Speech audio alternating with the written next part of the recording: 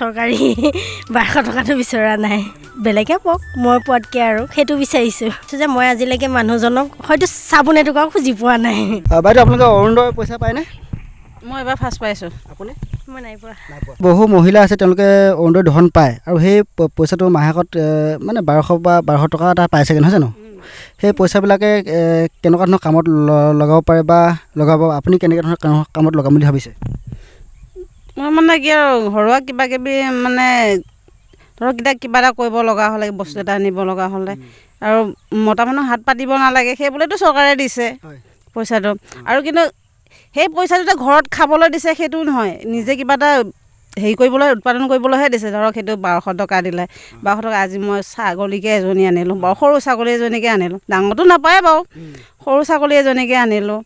সেই ছাগলীজনী পুহি থাকিলেতো কেইদিনমানৰ পিছত ডাঙৰ হয়তো 1000 টকা বেছি হ'বগৈ ন, 2-3 হাজাৰ বেছি হৈ যাবগৈ দাম। তেনেকৈ নিজে নিজে মানে হেৰি স্বাৱলম্বী হ'বৰ কাৰণেহে দিছে চৰকাৰে, এইটো ঘৰত খাবলৈ দিয়া নাই পইচাটো। তেল মিঠাতেল বা নিমখ খাবলৈ দিয়া নাই? সেইটো খাবলৈ কিনে দিয়া নাই, কাৰণ ঘৰৰ মানুহটো চলাবই ঘৰটো ন, মাইকী মানুহ মানে উন্নতি হ'বৰ কাৰণেহে দিছে পইচাটো। চৰকাৰে সেইটো ভালেই কৰিছে বাৰু। বা কুকুৰা পোৱালি বোলে 5টা কিনি আনিলে, তাৰ সেইটা পুহিব পাৰে নহয় তেনেকুৱা অৰুণোদয় যিটো পইচা নহয় জানো? মই কিন্তু পোৱা পইচাটো হাঁহ আনিছোঁ। হাঁহ আনিছে? মানে অৰুণোদয় যিটো পইচা পাইছে আপুনি? পইচাটো মই হাঁহে আনিছোঁ। আৰু এই আপুনি আন মহিলাসকলক কি ক'ব? তেওঁলোকেও মোৰ নিচিনাকৈ কিবা এটা আনিলেই হ'ল আৰু, মানে হাঁহ হওক বা মুৰ্গীয়ে হওক বা কিবা এটা বস্তু আনিলেই হ'ল আৰু তেওঁলোকেও কিবা এটা পুহিবৰ কাৰণে। আৰু এতিয়া শীতকাল আহিছে বোলে, কিছুমান খেতি কৰোঁ বুলি, খেতিটো সেই পইচাটো তেওঁলোকে লগাব পাৰে নহয় জানো? পাৰে, যেতিয়া যিটো সমস্যা হয় সেইটোকে কৰিব পাৰি আৰু। ধৰ এতিয়া মোৰ তেতিয়া খেতি কৰা ছিজনটোতো ধান ৰোৱা হৈ গ'ল, তেতিয়ানো পইচাটো কি কৰিম, সেইকাৰণে হাঁহে আনিলোঁ মই। আপুনি আবেদন কৰিছে নাই? মই নাই কৰা। নাই কৰা। নালাগে নেকি? নাই বিচৰা নাই। নাই বিচৰা। আপুনি মানে পঢ়ালে আছে। মানে নিজৰ হবীয়াকে? আছে। মই নিজাববীয়াকৈ মোৰ ব্যৱসায় মানে সৰু সুৰা মই ব্যৱসায় কৰিয়ে থাকোঁ, সেইকাৰণে চৰকাৰী 1200 টকাটো বিচৰা নাই, বেলেগে পাওক, মই পোৱাতকৈ আৰু সেইটো বিচাৰিছোঁ। আছে আৰু বহুত দুখীয়া মানুহ আছে, তেওঁলোকে পাওক, মই আবেদন নাই কৰা। খুব এটা ভাল কথা ক'লে বাইদেউ। মই আৰু এটা কথা জানিবলৈ চেষ্টা কৰিম।